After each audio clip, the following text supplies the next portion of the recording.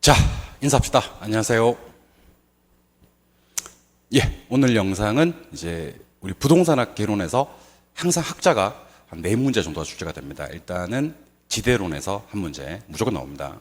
도시공간구조이론에서 또 한 문제. 문제는 입지선정인데 입지선정에서는 계산 문제가 하나 나올 거고요. 학자까지도 물어줍니다. 근데 많이 쏟아부었을 때는 5문제까지 출제되는 경우도 있습니다. 최근에는 부동산 시장론에 학자 관련되는 내용들이 상당히 중요하고 학자 때문에 우리 항상 이렇게 점수가 막 10점씩 덜 나오고 이런 분들도 계십니다. 그동안 학자 때문에 힘드셨던 분들, 제가 오늘 한 장, 딱 한 장입니다. 페이지로 2P, 이 한 장짜리 자료로 학자 정리를 깔끔하게 한번 해결해 드리도록 하겠습니다. 계산까지, 심지어 공식까지도 그걸 깔끔하게 한번 해결해 드릴 테니까 우리 이 영상 보시면서 학자 정리를 조금 하시면 좋을 것 같고요. 제가 우리 부동산학 개론에서 시험에 자주 출제된 학자들을 다 세어보니까 한 19분 정도 되더라고요. 그래서 이름을 부동산학 개론을 빛낸 19인의 위인들로 정했습니다. 아름다운 이 땅에 금수강산에 우리 학자들이, 외국 학자들이 와서 부동산학 개론에 털을 잡으셨네요. 그래서 항상 선언 문제 4개 정도를 생각하시면 좋을 것 같습니다. 점수를 한 사람은 10점 정도가 나올 것 같습니다. 이 영상 자료는요, 이종호 밴드 있습니다. 네이버 밴드에서 이종호의 부동산학 치셔가지고 밴드에 들어오시면요, 요 영상을 제가 영상하고 그 다음에 그 자료들을 올려놓을 테니까 항상 밴드에 오셔가지고 영상 새로 올라온 거 있는지 없는지를 확인하시면서 마무리를 해주시면 좋을 것 같습니다. 일단 19분 학자 먼저 엔트리 소개를 해드리도록 하겠습니다. 지대론에서는 7분입니다.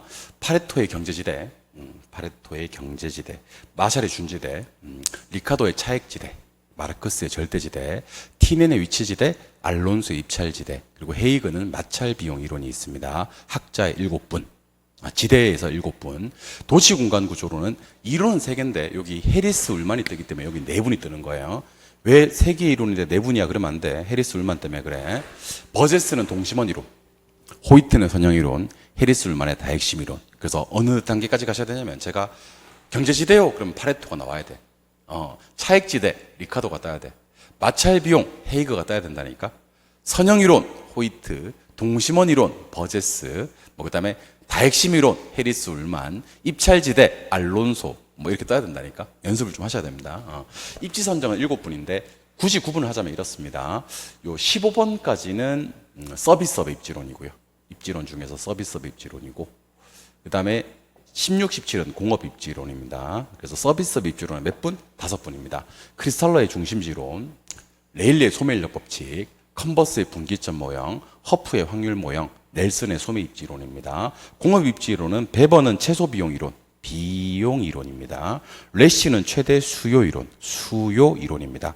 비읍으로 끝나면 비용 이론, 시옷으로 끝나면 수요 이론, 이렇게 기억하시고, 소매를 출발하는 게 2개가 있어요. 레일리는 소매 뒤에 인력, 중력 법칙이 붙고요.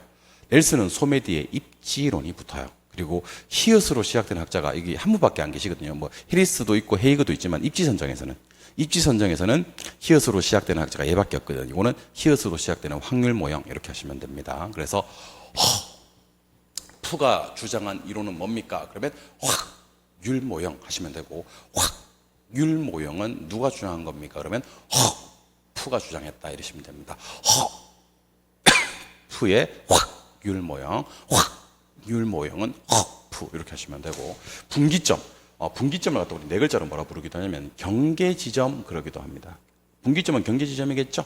그래서 큰 버스를 경계해야 되겠다. 마침 죽으니까 큰 버스를 경계하자, 큰 버스 경계하자 하시면 됩니다. 그래서 중심지론의 크리스탈러, 소매 인력은 레일리, 소매 입지는 넬슨, 분기점 경계는 큰 버스, 컨버스, 그 다음에 확률 모형은 허프, 최소 비용 이론 비읍입니다. 베버, 최대 수요 이론 시옷입니다. 레쉬. 이렇게 한번 기억을 해보시면 좋을 것 같습니다.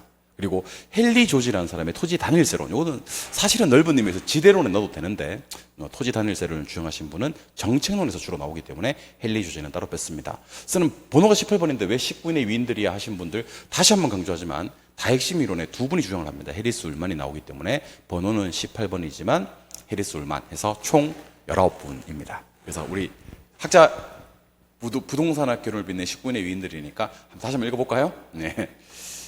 파레토의 경제지대, 마샬의 준지대, 리카도의 차익지대, 마르크스의 절대지대, 튀넨의 위치지대, 알론소의 입찰지대, 헤이그의 마찰 비용 이론 7분, 4분 갑니다. 동심원 이론, 버제스, 선형 이론, 호이트, 다핵심 이론, 해리스, 울만, 지금까지 11분. 서비스업 입지론 5분 갑니다. 중심지론, 크리스탈러, 소매 인력은 레일리, 경계 분기점은 컨버스, 그 다음에 확률 모형은 허프, 소매 입지는 넬슨, 공업 입지 2분 갑니다. 최소 비용 이론, 비읍, 베버, 최대 수요 이론, 시옷, 레시로 구분하시기 바랍니다. 이렇게 해서는 매칭만 시킨 거지 이제 시작입니다. 이제 시작이야. 오케이? 오케이. 그럼 이번엔 지대 이론으로 가보도록 하죠. 자, 일단 들어가기 전에 우리가 뭐와 뭐를 구분하셔야 되면 경제지대와 준지대를 구분해야 되거든요. 둘 다 초과 임유입니다. 둘 다 초과 수입이에요. 초과 수입인데 참고로 전용 수입이라는 표현이 있거든요. 전용 수입은 어떤 생산 요소가 다른 용도로 이전되지 않도록 하기 위해서 지급돼야 되는 최소한의 수입을 전용 수입이라고 합니다. 우리 부동산학 통틀어서 최소는 두 개가 나옵니다. 최소한의 수입이 누굽니까? 그러면 전용 수입이고요. 최소한 보장돼야 될 수익률은 누굽니까? 그러면 요구 수익률이 됩니다. 최소한의 수입이 뭐라고요? 전용 수입이요. 최소한의 수익률은 뭐라고요? 요구 수익률이요. 최소 의미를 갖는 단어는 2 가지가 있습니다. 전용 수입의 요구 수익률입니다. 자, 그러면 경제지대와 준지대는 둘 다 초과 수입인데, 그러니까 시험에 이렇게 나오면 틀린다고. 어떤 생산 요소가 다른 용도로 전용되지 않도록 하기 위해서 지급돼야 되는 최소한의 지급액을 경제지대를 한다 그러면 틀린다고. 최소한의 지급액은, 최소한의 수입은 전용 수입이고 경제지대와 준지대는 둘 다 초과 수입입니다. 그런데 차이점이 뭐냐? 경제지대는 토지에서 생겨요. 준지대는 인간에 의해서 생겨요. 아니면 토지 이외. 경제지대는 그래서 영구적, 장기적으로 계속 발생합니다. 왜요? 토지는 영속성 때문에 수명이 무한하거든. 근데 인간, 토지 이외에는 수명이 유한하기 때문에 일시적, 단기적으로만 생기는 수입이다라고 기억하시기 바랍니다. 경제지대를 주장하신 분이 누구고요? 파레토. 준지대를 주장하신 분이 누구라고요? 마샬. 이렇게 하시면 되겠죠. 그래서 시험 어떻게 나오냐면 자꾸 2번을 모르면서 1번 얘기를 해. 우리 OX 대답해 봅시다. 준지대는 토지에서 생긴다. X. 준지대는 토지 이외 인간이 만든 기계, 기구, 설비에서 생기는 겁니다. 준지대는 파레토 지대다. 아닙니다. 준지대는 마샬 지대입니다. 마지막입니다. 이게 제일 많이 나오는 건데. 준지대는 맨날 나오는 겁니다. 준지대는 영구적 이유로 발생한다. 장기적으로 발생한다. X입니다. 준지대는 일시적, 단기적으로 생기는 거다. 그래서 일단 경제지대와 준지대는 둘 다 초과 수입, 최소 수입은 전용 수입이 따로 있으니까. 근데 그게 토지에서 생기고 파레토고 영구적, 장기적이면 경제지대로 가버리는 거고, 토지 이외 인간, 기계, 기구, 설비에서 생기는 거고, 일시적, 단기적이고 마샬이다. 그러면 이거는 준지대가 되는 겁니다. 19분 중에서 2분 클리어. 이번에는 리카도의 차익지대설입니다. 자, 리카도의 차익지대설은 지대 발생 원인을 3글자로 그러면 비옥도, 4글자로 질적 차이, 다시 3글자로 생산성. 요 표현을 좀 기억하셔야 됩니다. 그리고 법칙 하나 기억하셔야 됩니다. 수학 체감의 법칙. 한 개지에서는 지대가 없어요. 그리고 우리 저는 식감이 안 좋아서 별로 안 좋아하는데 가지라고 있어요. 가지가 이게 뭐지? 채소인가? 가지. 가격이 지대를 결정해요. 지가가 아니야. 가지야, 가지. 가격이 지대를 결정해요. 차익지대설에서는 가격이 올라야 지대가 오르고 가격이 떨어지면 지대가 떨어진다. 뭐가 뭐를 결정한다고요? 가지. 가격이 지대를 결정합니다. 지대는 2글자로 뭡니까? 그러면 잉여요. 4글자로는요. 불로소득. 정확하게 얘기해볼까? 무엇은? 지대는 가격에서 비용 빼고 남은 걸 지대라고 보는 겁니다. 가격에서 비용 빼고 남은 거. 비용이 아닌 거야. 차익지대설에서는 지대가 비용이 아니야. 즉 생산비가 아니라고.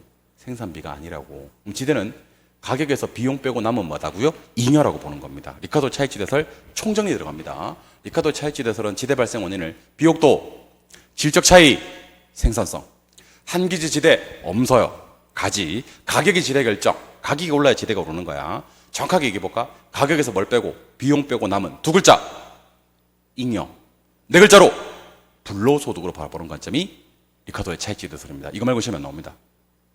이거 말고 시험에 안 나온다고. 오케이? 마르크스로 갑니다. 마르크스의 절대지대설은요, 소유 자체만으로도 지대가 발생합니다. 토지 소유자가 요구하면 이걸 뭐라 부르냐면 토지 소유자가 토지를 소유하고 있다는 독점적 지위란 표현을 써요. 독점적 지위. 그러면서 자꾸 이걸 갖다 뭐 독점지대설이다 뭐 이렇게 나오는데 아닙니다, 여러분들. 우리 독점지대설은 시험에 출제가 안 돼요. 독점지대설이 아니라 이건 절대지대입니다. 그래서 시험에 나올 때 소유 자체, 요구, 소유하고 있다는 독점적 지위 이런 말이 나오면 마르크스의 절대지대설이고요. 절대지대설은 한계지에서도 지대가 존재하는 유일한 지대설이에요. 한계지에서도 지대가 존재한다라는 걸 기억하셔야 됩니다. 그리고 얘는 가지 반대 지가. 지대가 가격을 결정합니다. 지대가 올라야 가격이 오르고 지대가 떨어지면 가격이 떨어지는 겁니다. 그래서 차익지대설은 가지, 절대지대설은 가지 반대 이렇게 얘기하시면 됩니다. 가지 반대, 지가가 되겠죠. 지대가 가격을 결정하는 겁니다. 지대는 두 글자로 뭐죠? 비용입니다. 지대는 세 글자로 뭐죠? 생산비입니다. 이게 마르크스의 절대지대설입니다. 하나씩 비교해 드릴게요. 리카도의 차익지대설은 비옥도, 생산성, 질적 차이, 수학 체감의 법칙. 절대지대설은 소유 자체, 요구, 토지를 소유하고 있다는 독점적 지위. 차익지대설은 한계지 지대, 엄서요. 절대지대설은 한계지에서 지대 존재합니다. 차익지대설은 가지, 가격이 지대를 결정하지만 절대지대설은 지가, 지대가 가격을 결정해요. 차익지대설에서는 지대가 뭔가요? 잉여 불로소득입니다. 절대지대설에서는 지대가 뭔가요? 비용 생산비입니다. 무조건 클리어하셔야 되는 그런 내용입니다. 아직도 이걸 모르셨다면 반성의 시간 가지시고요. 이제 학자 정리 깔끔하게 좀 해주셔야 됩니다. 아까 지대는 가격에서 생산비까지 빼고 남은 잉여가 지대다라고 봤던 건 차익지대설이고 T년의 위치지대설은요. 가격에서, 이게 가격이야. 가격이로 쓸까? 가격에서 생산비 빼고 나옵니다. 수송비까지 빠지는 거. 지대는 수송비까지 빠지는 것이 T년의 위치지대설이 됩니다. 근데 도심은 접근성이 좋아서 수송비가 적게 들겠죠. 지대가 많이 발생합니다. 외곽으로 나갈수록 수송비가 많이 들겠죠. 지대가 떨어집니다. 이게 이제 T년의 위치지대설입니다. 도심에서 수송비 적게 들어서 지대 많이 발생하고 외곽으로 갈수록 수송비가 많이 들어서 지대가 떨어지기 때문에 지대와 수송비는 무슨 관계? 반비례 관계. 수송비와 지대는 반비례 관계. 그래서 그래프 모양은 외곽으로 갈수록 지대가 떨어지는 우하향하는 거. 도심에서 지대가 높고 외곽으로 갈수록 지대가 하락하는 우하향의 모양. 원래 반비례가 우하향입니다. 이게 T년의 위치지대설 하시면 됩니다. 자, 근데 이거랑 완전 똑같은 게 하나 있어가지고요. 헤이그의 마찰 비용이랍니다. 자, 마찰 비용은 누구와 누구의 합입니까? 그러면 지대와 교통비 합인데 내가 마찰 비용을 100으로 고정시킬게. 교통비가 90이면 지대는 10이고, 교통비가 10이면 지대는 90이다. 교통비로 많이 지불하게 되면 지대는 떨어지고, 교통비로 적게 지불하게 되면 지대는 올라간다. 이렇게 되는 겁니다. 이게 시험 어떻게 나온 적이 있냐면, 마찰 비용은 지대와 교통비 합인데, 지대는 마찰 비용과 교통비 합이다. 이렇게 말도 안 되게 나온 적이 있거든요. 마찰 비용은 지대와 교통비 합이다. 왜 왼쪽과 오른쪽이 대충 글자 수가 맞아야 돼. 4글자, 5글자. 그러면 얼추 맞는데 2글자, 7글자는 글자 수가 완전히 안 맞잖아. 그지? 4글자 마찰 비용은 지대 플러스 교통비 합인데 교통비와 지대가 반비례 관계고 특히 교통비를 강조했습니다. 그러면 헤이그의 마찰 비용 이론. 그래서 여러분들 수송비, 교통비 같은 말이잖아요. 그죠? 그러다가 위치 관점에서 접근하는 건 T년의 위치지대설이고 수송비와 교통비와 지대 관계를 마찰 비용으로 설명한 게 헤이그의 마찰 비용 이론이 되는 겁니다. 아시겠죠? 알론소 입찰지대설은 손가락을 위로 치켜 들면 됩니다. 이렇게 손 위로 치켜 들고 있어. 지대 지불 능력 최고, 최대. 초과유는 제로가 되는 수준의 지대고요. 우하향하면서 원점을 향해서 볼록한 이런 모양입니다. 이게 기울기 구하는 공식은 교통비를 사용량으로 나눈 값이에요. 운송비를 이용량으로 나눈 값입니다. 그래서 위에 교통비가 있고 밑에 사용량이 있습니다. 위에 운송비가 있고 밑에 이용량이 있습니다. 그래서 암기할 때는 교사운이로 암기하시면 됩니다. 교사운이. 입찰지대 곡선의 기울기는요. 교사운이 영어로 표현해 드릴까요? Teacher, are you crying? 교사 너 우니?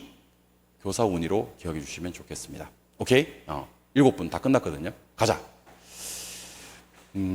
토지에서 발생되는 초과 이윤이고요. 영구적 장기적으로 생깁니다. 그러면 누구의? 파레토의 경제지대. 안 넣으면 안 돼. 다시. 토지 이외 인간에서 생기는 기계기구 설비에서 생기는 초과 이윤으로서 일시적 단기적이면요. 마샬의 준지대.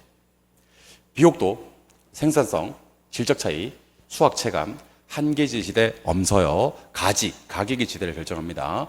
지대는 가격에서 비용 빼고 남은 잉여, 불로소득이요. 그러면 리카도의 차익지대설. 소유 자체, 요구, 토지를 소유하고 있다는 독점적 지위, 한계지에서도 지대가 존재한다. 그리고 지대가 가격을 결정합니다. 지대는 가격을 상승시키는 비용, 생산비, 마르크스의 절대지대설. 자, 지대는 가격에서 비용 빼고 수송비까지 뺀 거야. 지대와 수송비 반비례. 그래프 옮기면 우하향, 튜넨의 위치지대설, 고립국 이론이라고 하기도 합니다. 지대 지불 능력 최대, 초과인이 재료가 되는 수준의 지대, 원점을 향해 볼록한 우하향의 모양인데 기울기 구하는 공식은 교사, 운이? Teacher, are you crying? 알론소의 입찰지대. 그 다음에 이것은 이것과 이거의 합입니다. 그러면 4글자, 5글자 나오는데 마찰 비용은 지대 플러스 교통비. 역시 지대와 교통비의 반비례 관계, 헤이그의 마찰 비용 이론입니다. 우리 부동산학을 통틀어서 수송비, 교통비, 운송비도 맞습니다. 이 3개 강조하신 분 여러분이 계신데 이게 핵심인 것은 3분입니다. 튀네는 위치지대설에서, 헤이그는 마찰 비용 이론에서, 베버는 최소 비용 이론에서 각각 수송비를, 교통비를, 운송비를 강조하고 있습니다. 하나는 지대설이고요. 2가지는 비용 이론인데 지대설은 위치지대설이고요. 비용 이론은 마찰 비용, 최소 비용 하시면 됩니다. 2개 비용 이론입니다. 마찰 비용, 최소 비용. 튀네는 위치지대설, 헤이그는 마찰 비용, 베버는 최소 비용 하시면 됩니다. 그래서 수송비, 운송비, 교통비 강조하신 분은 튀해배 하시면 됩니다. 수송비, 운송비, 교통비 시험에 떠 있으면 튀해배가 있는지를 확인하시기 바랍니다. 튀해배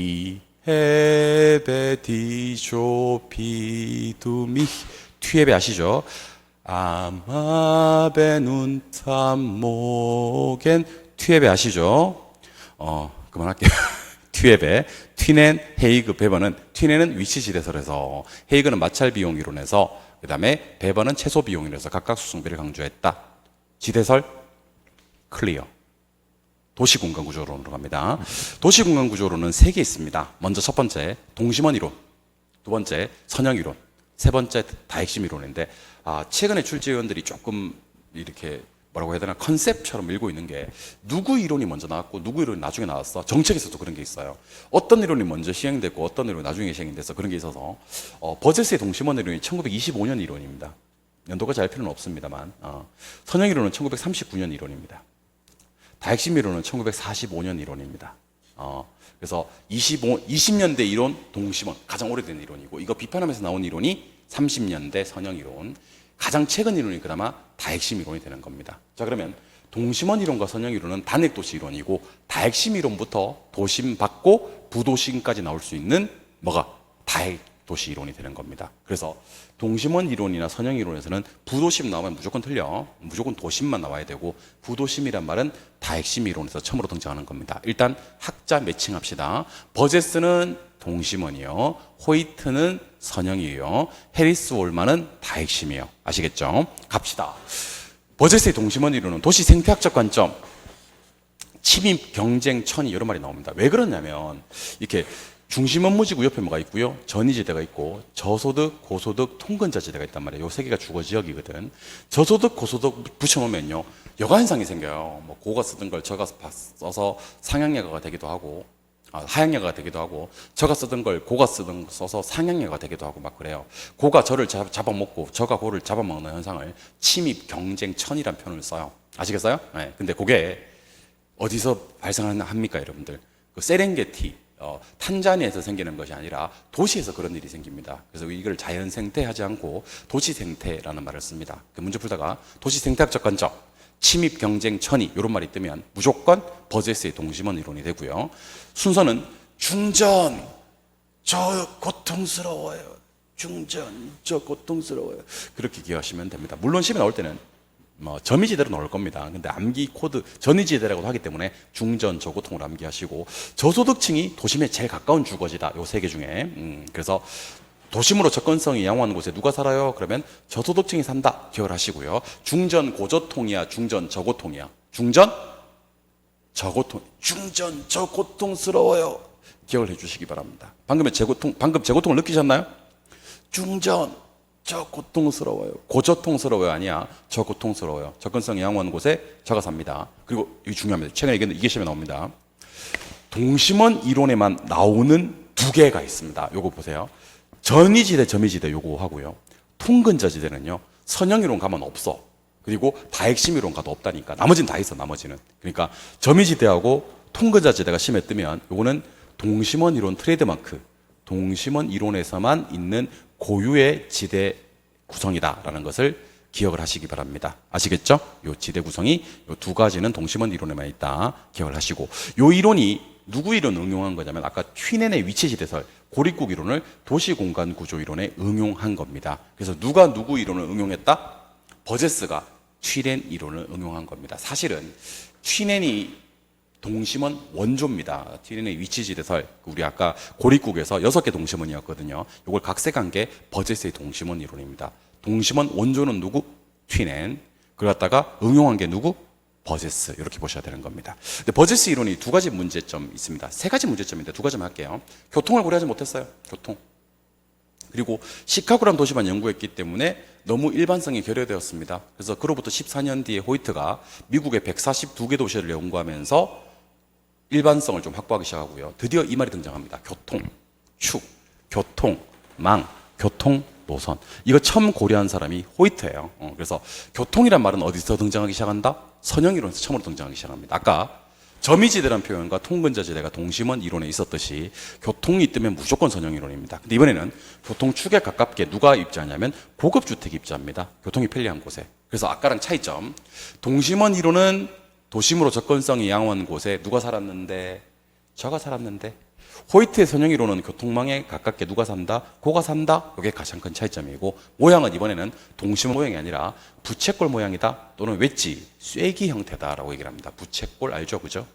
쐐기 형태. 선자가 부채꼴 선자입니다. 선상지 할 때 그 선자입니다. 그래서 이게 쐐기 부채꼴 모양. 그럼 호이트의 선형 이론입니다. 그래서 제가 단어를 막 던져 볼 테니까 이게 무슨 이론인지 한번 얘기해 볼래요?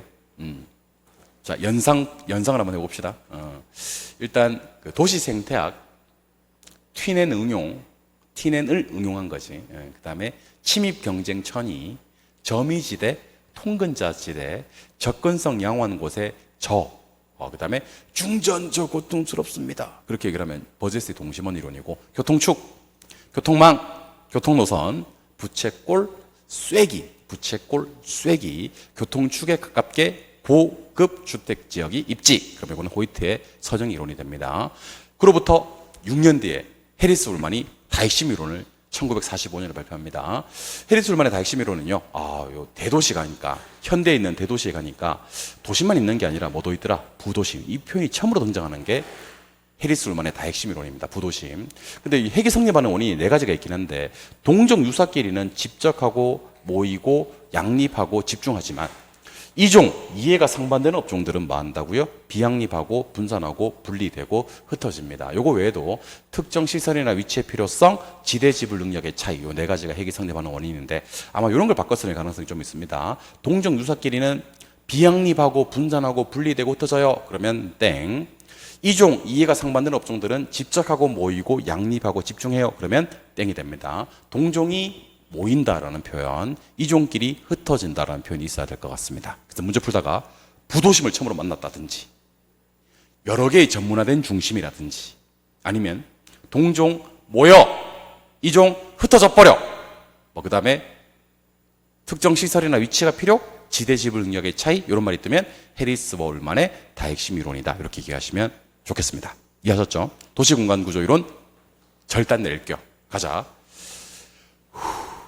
1925년 미국의 시카고. 그 다음에 침입 경쟁 천이, 도시 생태학적 관점, 튀넨의 고립국 이론을 도시 공간 구조 이론에 응용, 중전저 고통스럽습니다. 특히 점이지대, 통근자지대, 도심으로 접근성이 양호한 곳에 저입지, 그럼 뭐라고? 버제스의 동심원 이론. 교통축, 교통망, 교통노선. 1939년 미국의 142개 도시, 부채꼴, 쐐기 형태, 교통망에 가깝게, 교통축에 가깝게, 간선도로 인근에 고급주택 입지. 그러면 호이트의 선형 이론. 그로부터 6년 뒤입니다. 현대도시, 대도시, 도심뿐만 아니라 부도심. 동종, 이해가 유사업종들은 모이고, 집적하고, 양립하고, 집중하고. 이해가 상반되는 업종, 이질적인 활동들끼리는 분산하고, 비양립하고, 흩어지고, 분리되고. 특정 시설이나 위치의 필요성, 지대 지불 능력의 차이. 그러면 해리스 울만의 다핵심 이론이 되는 겁니다. 아시겠죠? 좋습니다. 이제 입지 선정 이론입니다. 입지 선정 이론에서 누가 그러더라고. 그럼 여기 선이 뭐지? 선이 이거 무슨 선이야? 5개는 입지 선정 중 서비스업 입지론이고요. 나머지 2개는 입지 선정 이론 중에서 공업 입지론에 대한 설명입니다. 시험에 나오는 것만 모았고 공식도 다 정리해 봤습니다. 크리스탈레이 중심지 이론은 중심지의 형성에 초점을 맞추신 분인데요. 일단 중심지 규모가 달라지면 상권의 규모가 달라진다는 것을 처음으로 실증하신 분입니다. 중심지가 3개 있거든. 고차, 중차, 저차 중심지가 있어. 그러면 당연히 고차 중심지의 상권 규모는 클 거고 중차는 작을 거고 저차는 가장 적을 거다. 중심지 규모가 달라지면 당연히 상권의 규모가 달라진다는 걸 처음으로 실증하신 분. 그리고 여기서는 뭘 꼭 좀 기억하셔야 되냐면 용어 정리를 6개를 기억하셔야 됩니다. 무조건. 자, 일단 중심지와 배후지를 구분하는 방법은요. 재화나 서비스를 제공하는 곳은 중심지고요. 제공받는 곳은 배후지예요. 그러니까 중심지는 제공하고 제공하면 배후지가 제공받지. 중심지는 give. You know? 배후지는 take. understand? 주고 받고 하는 거예요. 중심지가 재화나 서비스를 제공하고, 그러면 배후지는 그 재화나 서비스를 제공받고, 기부하고 테이크 하는 곳을 우리는 중심지와 배후지라고 합니다. 오케이. 2번째. 중심지 재화 및 서비스는 어디에서 어디로, 중요합니다, 이거. 누가 중심지에서 배후지로 제공을 하지, 배후지에서 중심지로 제공하는 게 아니고, 그리고 범위가 2개 있어. 무슨 범위가 있고? 도달 범위가 있고, 최소 요구 범위가 있는데 얘들은 끝날 때 거리로 끝나야 돼. 거리. 자, 2가지 거리가 있는데 중심지가 재화나 서비스를 제공하는 최대의 범위로서 요 범위 넘었으면 수요가 0이 되는 곳까지의 거리. 그러면 그때는 도달 범위. 판매자가 정상인 얻는 수준만큼의 소비자를 포함하는 경계까지의 거리. 그러면 최소 요구 범위. 그럼 중심지 기능이 유지되기 위해서 필요한 최소한의 수요 요구 규모. 그러면 최소 요구치가 됩니다. 제가 물으면 3가지 대답해봐.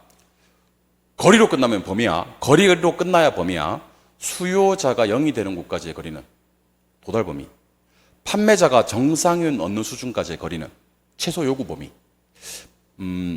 특정 기능을 유지하기 위해서 필요한 최소한의 수요 수준은 뭐? 최소 요구치. 이렇게 하는 거야. 인구 규모는 요구치.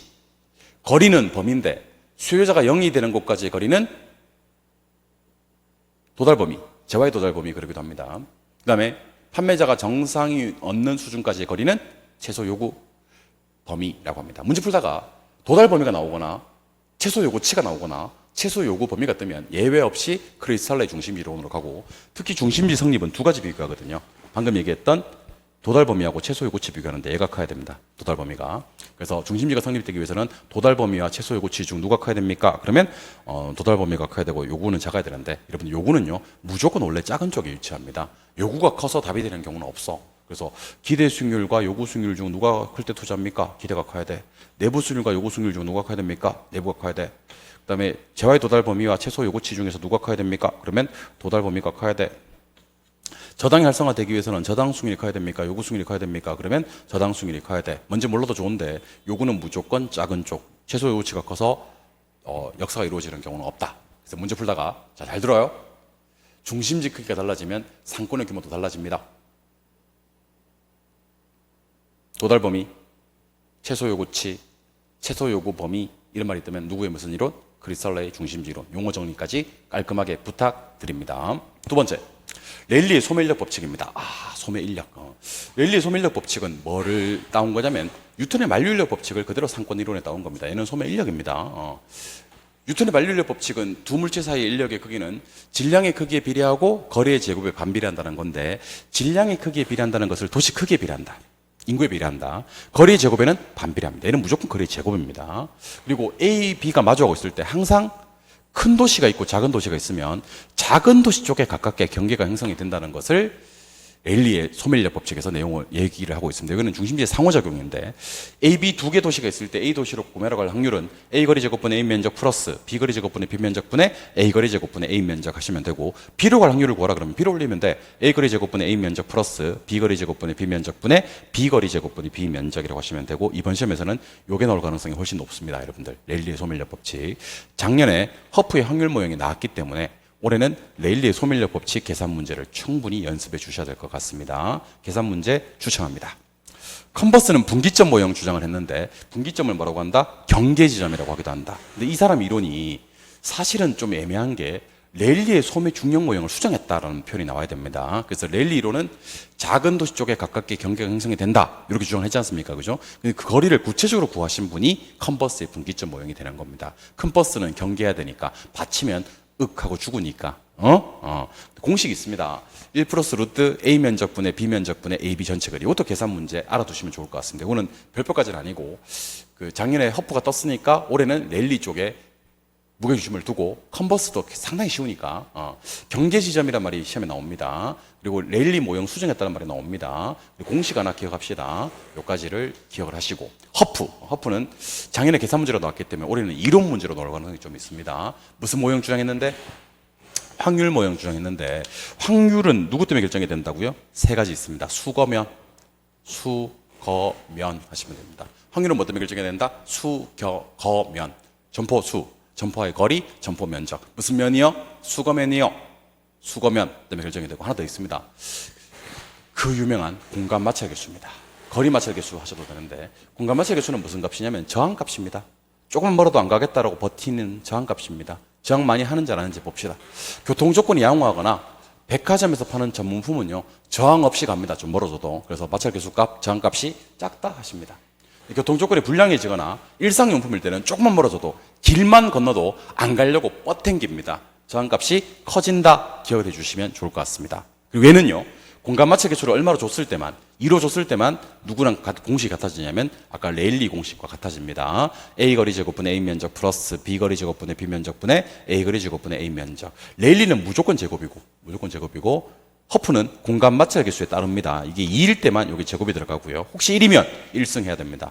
3이면 3제곱 해야 되고요. 근데 시험에서는 단 한 번 빼고는 다 2가 나왔기 때문에 공간 마찰 개수 1을 줬을 때 랠리 허프 공식은 똑같아집니다. 단지 단위 자체가 도시 단위인지 매장 단위인지만 차이가 있는데 지금 제가 그 학자 정리 시간에 그것까지 얘기하기는 조금 거시기해요. 할만 하안 아시겠죠? 지금 중요한 건 누가 무슨 얘기를 했고 주요 논점이 뭔지 계산 공식은 어떤지를 뽑아내는 과정이기 때문에 그래서 허프의 확률모에서 확률을 결정하는 건 크게 보면 네 가지가 있는 거예요. 수거면의 마찰계수. 마찰계수는 저항값이기 때문에 일상용품이나 교통조건이 불량해지면 뻗탱기입니다. 저항값, 마찰계수 값이 커지고요. 교통조건이 양호하거나 백화점에서 파는 전문품일 때는 좀 멀어도 차 타고 갑니다. 저항값 작아집니다. 마찰계수 값이 작다. 기억해 주셔야 합니다. 넬슨은 요거 지금 자료에 있는 내용이 시험에 그대로 나오거든요. 특정 점포가 최대 이익을 얻을 수 있는 매출을 확보하기 위해서 어느 장소에 입지, 그 소매 입지가 됩니다. 소매 인력은 누구고요? 랠리였고 소매 입지는 넬슨인데 그 입지 원칙이 몇 개 나왔냐면 8개가 나왔습니다. 8개 원칙. 그래서 넬슨은 점포 무엇의 입지에 소매 일단 입지라는 거 중요하고요. 8개 원칙을 제시했습니다. 이걸 제시한 사람이 누구라고요? 넬슨. 남기하실 때는 넬팔 이렇게 기억하시면 좋겠습니다. 히말라야에 있는 그 행복 지수가 상당히 높은 나라. 국민 소득은 우리나라보다 훨씬 떨어지지만 행복 지수가 상당히 높은 나라 네팔 기억하시면 좋겠습니다. 8원칙 입지 원칙 제시하신 분은 넬슨이다. 네팔 이렇게 기억해 주시면 좋겠습니다. 나도 먹고 살려고 하는 거야. 아시겠죠? 해놓고 집에서 입을 차고 막 그래. 그건 하지 말 걸 그랬나? 막 그러고 그렇습니다. 먹고 살려고 하는 거야. 아시겠죠? 많은 성원 부탁드립니다. 여기까지 총정리합니다. 자, 문제를 푸는데 갑자기 도달 범위, 최소 요구치, 최소 요구 범위, 중심지 규모가 달라지면 상권의 규모가 달라진다. 이런 내용이 나와요. 그럼 누구의? 그리살러의 중심지론. 크기에는 비례하고 거래 제곱에 반비례하고 작은 도시 쪽에 가깝게 뭐 이런 말이 나오면 랠리의 소매, 인력, 중력 그러기도 해요. 공식은 A, B 있을 때 A로 갈 확률을 알고 계시죠. 경계 지점, 분기점, 랠리 모형 수정이라는 말이 나옵니다. 그러면 컨버스의 분기점 모형. 확률이 수거면의 공간 마찰 개수 이런 말이 나오면 허프의 확률 모형이고 공식도 알고는 계셔야 되고요. 특히 중요한 게 이 공간 마찰 개수 값은 교통조건 양호 전문품일 때는 저항 많이 안 해 작아지지만 교통조건이 불량 일상용품일 때는 커진다 기억하셔야 됩니다. 점포 어느 장소에 입지하면 좋은지 8가지 원칙 제시하신 분 넬슨의 소매 인력이 아니라 이번에는 소매 입지라 그랬었습니다. 기억하시고요. 베버의 최소 비용 이론, 래쉬의 최대 수요 이론 가보겠습니다.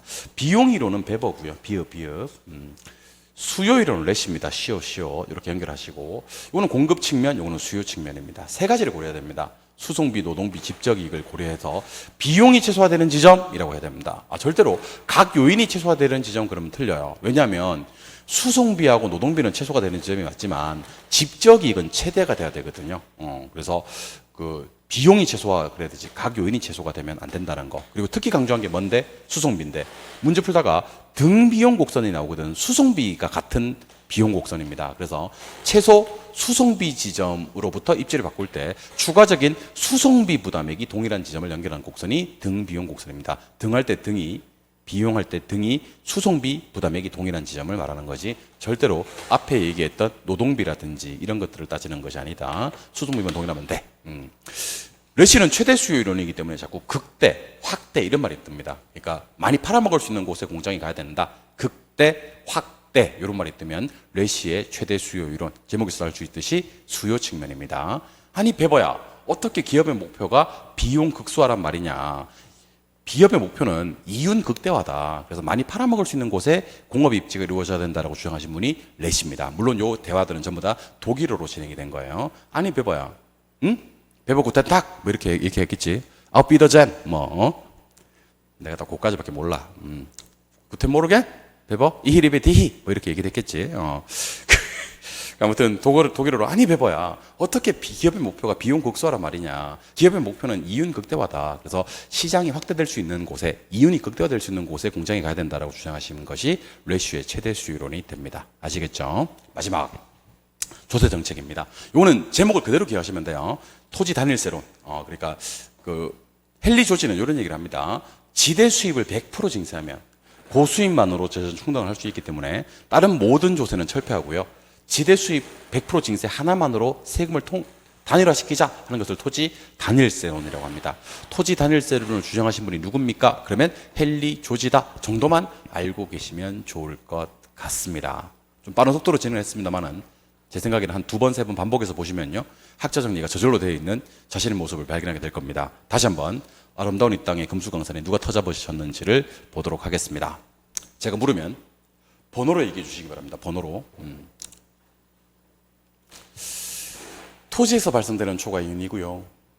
영구적, 장기적으로 발생이 되는 초과이윤입니다. 그러면 1번. 오케이? 토지 이외, 인간, 기계, 기구, 설비, 일시적, 단기적입니다. 그럼 몇 번? 2번.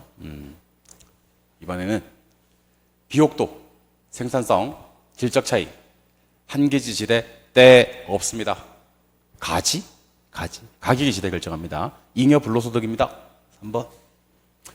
토지를 소유하고 있다는 독점적 지위, 소유 자체, 요구, 한계지수도 지대 존재합니다. 지대가 가격 결정합니다. 지대는 비용, 생산 비용, 그것이 절대지대설입니다. 4번이고요. 가격에서 비용 빼고 수송비까지 봐야 됩니다. 근데 지대와 수송비가 반비례 관계라서 그래프에 옮기면 도심에서는 지대가 높고 외곽으로 갈수록 지대가 떨어지는 우하향하는 한계지대 곡선, 그러면 5번입니다. 지대 지불 능력 최대, 초과이윤 제로가 되는 수준의 지대. 교사 운이? Teach, are you crying? 알론소 유치지대설 6번입니다. 이것은 지대와 교통비의 합입니다. 지대와 교통비 역시 반비례합니다. 이것은 7번 헤이그의 마찰 비용 이론입니다. 도시 생태학적 관점, 튀넷 응용, 침입 경쟁 천이, 중전 저 고통스럽습니다. 중심지에 가까운 곳 저소득층이 삽니다. 특히 점이지대와 통근저지대는 여기서만 나옵니다. 1925년 이론입니다. 8번 교통축, 교통망, 교통노선, 부채꼴, 쐐기, 교통축에 가깝게 간선도로 인근에 고급이 입지 이렇게 나오면 고이태 선형이론 9번입니다. 도심, 부도심, 현대도시, 대도시, 동종 모이세요, 이종 흩어지세요, 지대 지불 능력의 차이, 그 다음에 특정한 위치나 시설의 필요성, 그러면 10번입니다. 2번 나온다 그랬죠. 도달 범위, 수요가 0이 되는 곳까지 거리입니다. 최소 요구 범위, 판매자가 정상이 넣는 수준까지 거리입니다. 최소 요구치, 특정 기능을 유지하기 위해서 필요로 하는 최소한의 수요 수준입니다. 중심지 규모 달라지면 상권의 규모가 달라집니다. 11번입니다. 크기의 비례, 거래 제곱의 반비례, 작은 도시 쪽에 가깝게 12번입니다. 이건 소매 인력입니다. 레일리 모형 응용했고요. 경계 지점 제시하신 분, 경계는 큰 버스 경계해야 되겠죠. 13번입니다. 수거면, 공간 마찰 계수 이렇게 나오면 허프 확률 모형입니다. 점포 입지, 소매 입지입니다. 8개 원칙 넬슨입니다. 자, 운송비, 노동비, 집적 이익을 고려해서 비용이 최소, 각 요인이 최소가 되면 안 돼. 그리고 등비용 곡선은 최소 운송비 지점 바꿀 때 운송비 부담액이 동일한 지점이 연결돼야 됩니다. 요거 16번입니다. 이윤 극대, 그 다음에 판매 극대, 시장 확대 이런 말 나오면 17번입니다. 그 다음에 지대 수입 100% 증사하면 고수입만으로 재정 충당을 할 수 있다고 주장하신 분 18번입니다. 수송비 강조하신 분은 뒤헤베 디조 비두미 암아베 눈탐모겐 노바르카인타 부둔디 니탈테 눈즈레 조르겐에 아무튼 튀에베 기억하셔야 됩니다. 튀네는 위치지대설에서 헤이그는 마찰 비용 이론에서 베버는 최소 비용 이론에서 각각 수송비, 운송비, 교통비를 고려했다라고 기억하시면 좋을 것 같습니다. 이렇게 해서 우리 부동산학 개론에서 한 서너 문제, 한 네 문제를 생각하셔야 될 것 같아요. 제 생각에는 한 10점 확보되는 거 최대한 짧은 기간 안에 많은 걸 드리려고 노력을 했고요. 학자 정리 안 되셨던 분들 요 한 장으로 학자 정리 모두 하시고 시험장 가서 모두 다 맞추시기를 간절히 기원합니다. 좀 더 깊은 내용을 강의하고 싶었지만 지금 여러분들 필요한 내용은 내가 다 전달했다고 저는 감히 말씀드릴 수 있거든요. 그래서 자료 열심히 보시고 강의도 한 2, 3회독 정도, 2, 3회 정도 시청해 주시면 학자 정리 깔끔하게 되실 거라고 믿어 의심치 않습니다. 예, 고생 많이 하셨고요. 학자 정리 모두 마치도록 하겠습니다. 다음 영상에서는 제가 우리 시험장에서 어떤 부분을 유의하면 좋을지, 그리고 시험 일주일 전에 컨디션 조절을 좀 하면 좋다, 이런 부분들 시험 유의사항에 대해서 얘기해 드리는 시간 갖도록 할 겁니다. 아시겠죠? 예, 그럼 저는 다음 영상에서 뵙도록 하겠습니다. 영상이 좋으셨다면 구독, 좋아요, 알림 설정, 그리고 댓글도 달아주시면 제가 댓글마다 다시 대댓글 달아드리도록 하겠습니다. 예, 고생 많이 하셨고 저는 다음 영상에서 뵙도록 하겠습니다. 수고하셨습니다.